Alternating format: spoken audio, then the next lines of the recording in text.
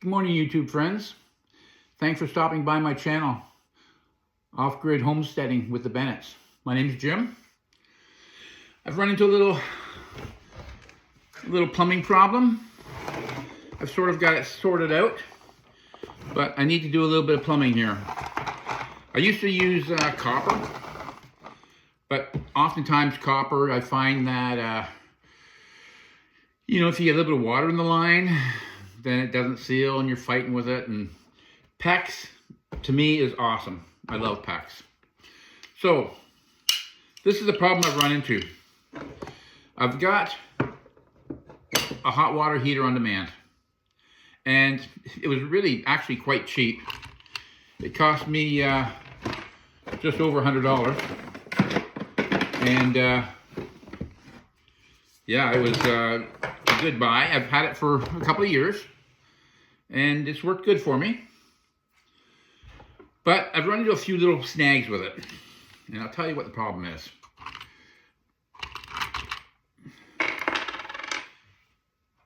I'm getting a downdraft. Now, anybody who understands the problem with a downdraft is that when the thing fires up, it's propane. When it fires up, you get a downdraft, comes down, blows out the fire, which means you don't have hot water. Sometimes I'm standing in the shower and it happens. So it does get quite annoying. So, let me pause this for a second. Okay, I'm back. I was looking for this. It's right in front of my face. If it was any closer, it would have bit me. So, what the problem is that I've got a downdraft. Keeps blowing out my pilot light. It's on demand. So, the pilot light's normally always off. So, what I did was I played around with the settings. Heavier water flow going through, lighter water flow going through, summer, winter, all the settings. I kept playing around with the settings. And nothing seemed to work for me. So I thought, maybe the chimney's not up high enough. So what I did, the reason I do it twice like that, you don't have to, but it just gives me a little more reassurance. So I thought, okay, the chimney needs to be higher. So what I did was I went out and bought a taller chimney. It was venting out the side of my off-grid home.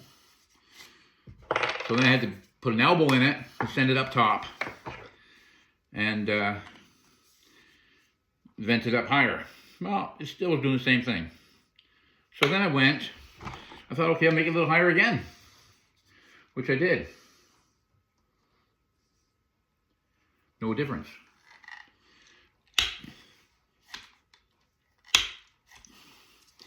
And I found that the colder it was outside, the worse it was.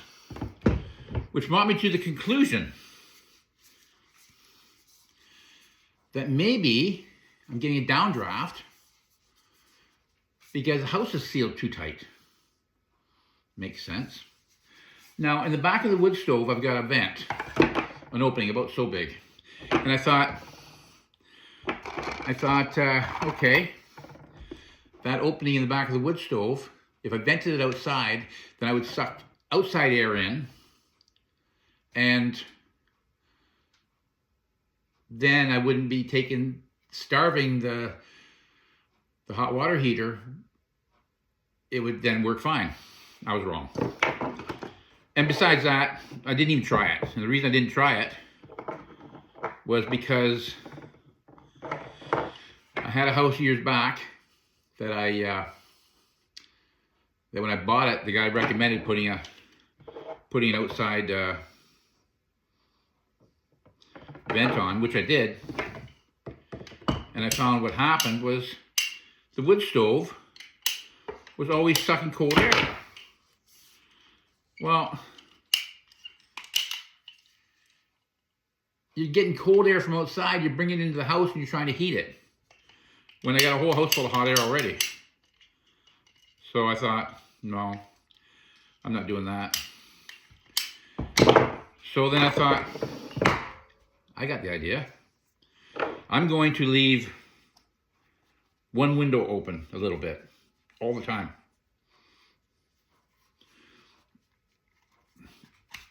I thought that'll work good. So what I did was I got my bedroom window and I left it open. Just a crack. Perfect. Fixed it. I thought, great. Now we're rolling. Well, I open the window a crack, and when I do, I go to the hot water heater and I feel there's no downdraft. So I'm thinking, yep, that'll do her. So for the last few weeks, I've had my window open a crack. Well, here's the problem now, is that it got really cold.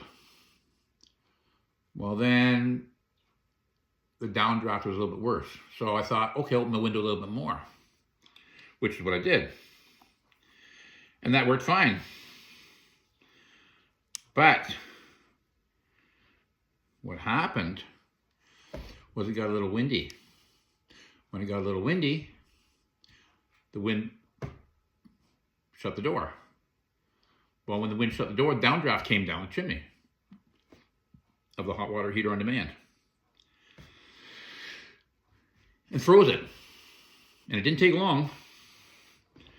So last week, the same thing happened. But last week, what I did was I went to a plumbing place and I popped the hot water heater off the wall.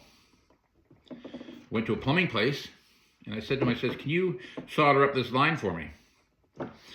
Thing is, it wasn't a big job to solder the line up, but it's a 3/8 line. And I'm thinking to myself, I've soldered plumbing multiple times, over and over again, lots of times. So I thought, but I'm not gonna try it because it's a 3/8 inch line. And I was kind of thinking, you know, I don't want to solder a 3/8 inch line. I'll let somebody else do it. That's a plumbing guy, because that's what they do.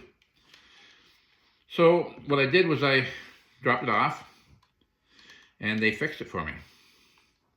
I brought it home and worked fine.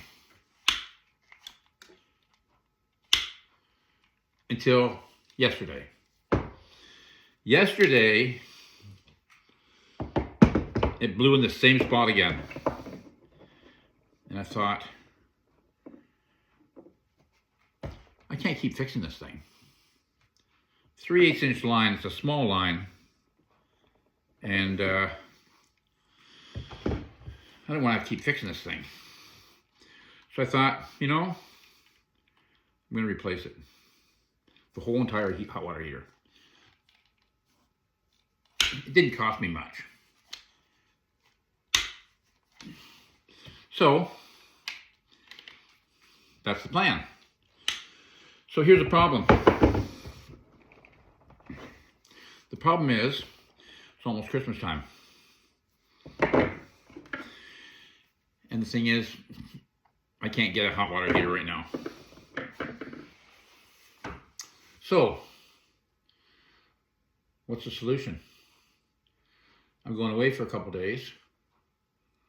The heat's in the house is mainly by a wood stove. Okay, so heat's going to be off.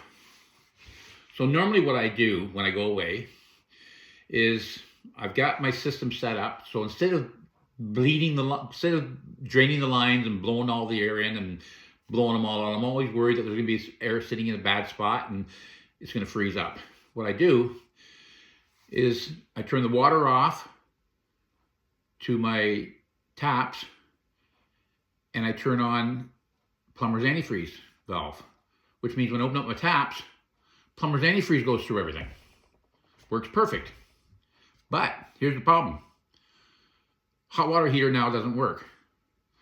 It's got a blown line, which means I can only run plumber's antifreeze through the cold water. Plus I want to take the thing off the wall anyways, because I want to get a new one. So What I was planning on doing when I did all the plumbing is putting in a bypass. I never got around to doing it. But this is what I've built. A lot of you guys know exactly what I'm doing, but some don't. So this is what I'm doing. You've got your hot water, you got your cold water. Cold water goes through everything, goes through the hot water heater, comes out as hot water, goes through all the lines. So I need to drain those lines, and I need to fill them up with plumber's antifreeze. So what I'm doing is I built this thing here. What happens now is I open up this valve. Cold water will come down, go through my taps and everything else. Then the cold water will come across here when this valve is open, come across here and go through all my hot water lines. Hot water heater's down here. So I got a tap here, I got a tap here. Water will come down, it's going to stop, but it's going to go across here and it's going to go through my hot water lines. Then what I can do is when I go away, I can get the plumber's antifreeze and run it through all my lines. Run it through my hot water line, run it through my cold water line. Totally bypass the hot water heater. So that's the thing I built. And yeah, she's just gonna go just like that. Gonna sit on the wall, and when I get it all hooked up, I gotta drain the lines first, cut them, pop this thing in, open her up. Now cold water will run through everything. I'll let you see what I'm doing. I'll just pause this for a minute. Okay, so here's my hot and cold water line. Come down like this, and they go to my hot water heater. Right here, right there, a little tiny 3/8 inch line that I had to get soldered. So I'm not going to solder it again, because obviously this is an ongoing problem. It's going to be an ongoing problem. So what we're going to do is we're going to bypass the hot water heater altogether, and then I'm going to replace it. I'm not sure with what yet. I'll decide that when I go shopping.